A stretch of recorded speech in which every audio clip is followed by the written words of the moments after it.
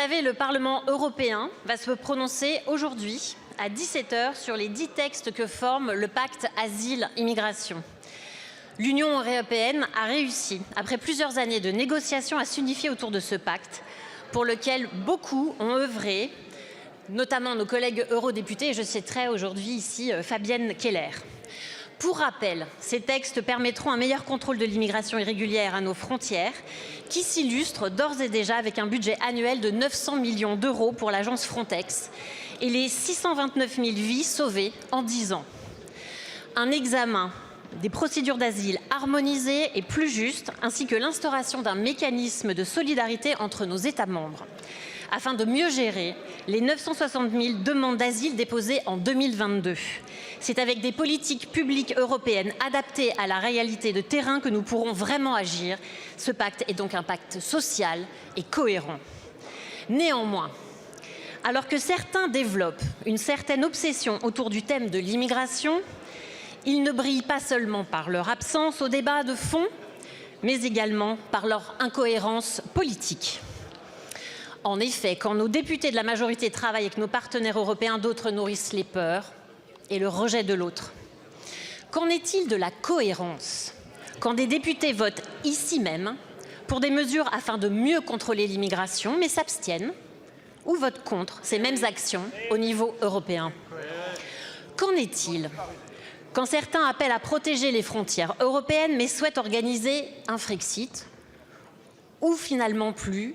Enfin, on ne sait pas. Face à autant de démagogie, nous pouvons applaudir l'action qu'entreprend l'Europe pour harmoniser les décisions et agir en solidarité. Laissons le passé aux nostalgiques. Ma question est la suivante, Monsieur le Premier ministre. Dans quelle mesure ce pacte européen, s'il était voté, pourrait répondre aux défis nationaux, européens et mondiaux? Je vous remercie. Merci beaucoup, ma chère collègue. La parole est à Monsieur le Premier ministre. Merci Madame la Présidente, Mesdames et Messieurs les députés, Madame la députée Élodie Jacquier-Laforge. Vous avez raison de le rappeler, au niveau national, mais évidemment aussi au niveau européen. Et c'est bien parce que nous agissons fort au niveau français et fort au niveau européen que nous pourrons avoir une action efficace pour nos frontières, ce que nous souhaitons. À 17 h, le Parlement européen votera sur un texte historique, le pacte pour la migration et l'asile. Je dis bien historique, car ce pacte, c'est la démonstration, je le crois très profondément, que l'Europe prend enfin son destin en main en matière migratoire. C'est la preuve que l'Europe sort définitivement de la naïveté sur le sujet, qu'elle assume sa souveraineté et qu'elle contrôle ses frontières. Ce pacte, c'est la sécurité de nos frontières. C'est savoir qui rentre, qui nous accueillons et qui nous éloignons. Avec ce pacte, nous pourrons enregistrer toutes les entrées sur le territoire européen et soumettre tous ceux qui veulent y entrer à des contrôles identitaires, sanitaires et sécuritaires. Et pour celles et ceux qui viennent de pays où moins d'une personne sur 5 se voit accorder l'asile, nous étudierons leurs demandes dès les frontières de l'Europe et nous pourrons les raccompagner directement, plus facilement, si la demande n'est pas justifiée. Ce pacte, c'est donc éviter l'embolie de nos systèmes d'asile en empêchant les demandes d'asile dans plusieurs pays. Ainsi, toute personne qui a déjà fait une demande dans un autre pays pourra y être renvoyée directement, désormais sur simple notification, alors qu'il fallait jusqu'à présent une autorisation du pays de première entrée. Ce pacte, c'est donc l'efficacité. Et ce pacte, je le dis aussi, c'est la solidarité, avec un système plus équitable entre les États membres, pour que les mêmes États, dont la France, ne soient pas toujours les mêmes qui accueillent. Ce sont plus de moyens pour les États. Ce pacte, je le dis ici, la France y travaille depuis des années. C'est le fruit de concertations denses pour parvenir à un accord. C'est un équilibre entre responsabilité, fermeté et solidarité. C'est à la fois la fermeté, l'efficacité, la dignité et l'humanité. Ce pacte, c'est tout simplement des frontières qui sont mieux protégées et mieux maîtrisées. Alors je pose la question ici, qui tout à l'heure à Bruxelles votera en faveur des 9 textes présentés au Parlement européen? Ça sera très intéressant de le voir parce que comme souvent c'est toujours des doubles discours.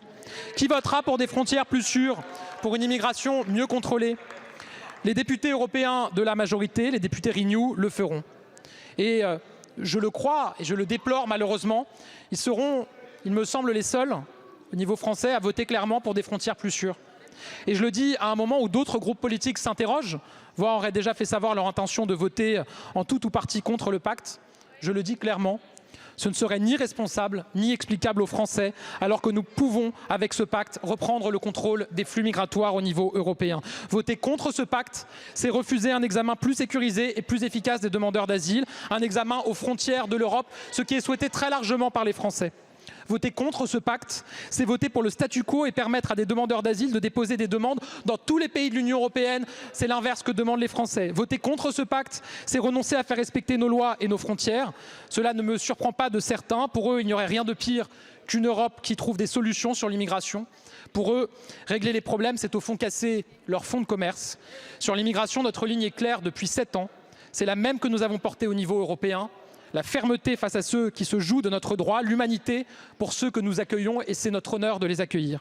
Avec le pacte asile-immigration, l'Europe fait le choix de la fermeté, le choix de la sécurité, le choix du respect de nos frontières, le choix du respect de nos valeurs, à commencer par le droit d'asile.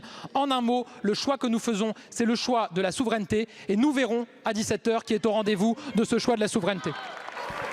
Je vous remercie, Monsieur le Premier ministre.